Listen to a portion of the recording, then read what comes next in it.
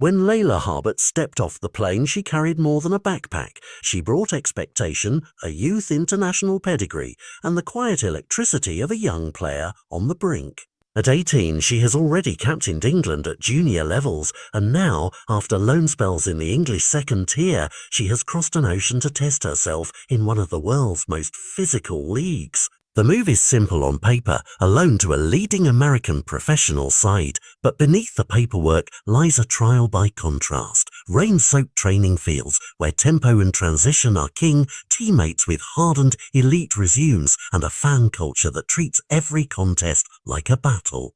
She's been in Oregon for only a few days, wrestling with jet lag, new rhythms, and odd little comforts that make a foreign place feel human. The smell of coffee at dawn, the unfamiliar cadence of local radio, the reassuring presence of her mother while she unpacks and finds where she fits. That parental shadow matters. An 18-year-old abroad is still a daughter first, and having a familiar face beside her has smoothed the sharp edges of arrival, giving her quiet permission to focus on the work. But make no mistake, Harbert came to grow, not to shelter. She talks about development the way an artist describes a masterclass, not mere minutes on a score sheet, but the kind of proximity to greatness that rewires a player's instincts.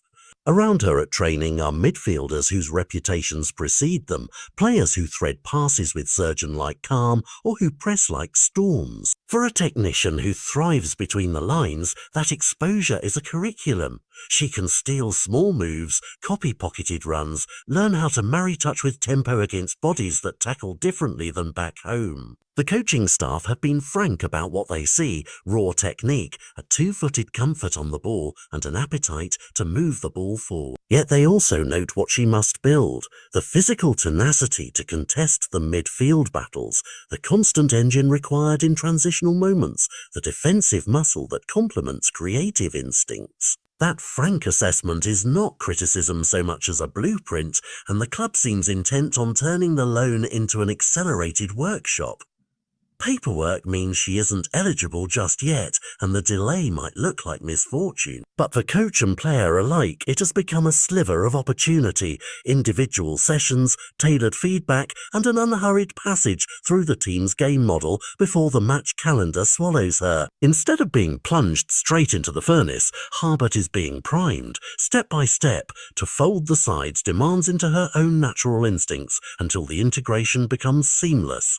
For a young midfielder whose first instinct is to push play forward, those preparatory weeks could be the difference between flailing and flourishing. The bigger picture is compelling. If she absorbs these lessons and returns to England sharpened by the league's tempo and toughness, her parent club will gain not just another squad option, but a different kind of player.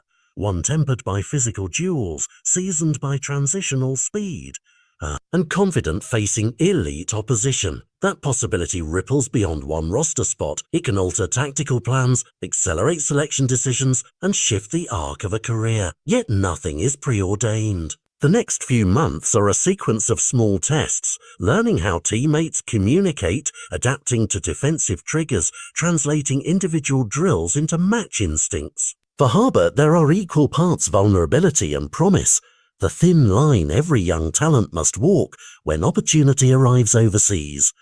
She came ready to work, to be taught, to steal craft from those around her, and to return with tools that make her harder to stop. If she does, what began as a loan could end as a turning point, the kind of risky move that rewrites expectations and launches a new chapter in a young player's story.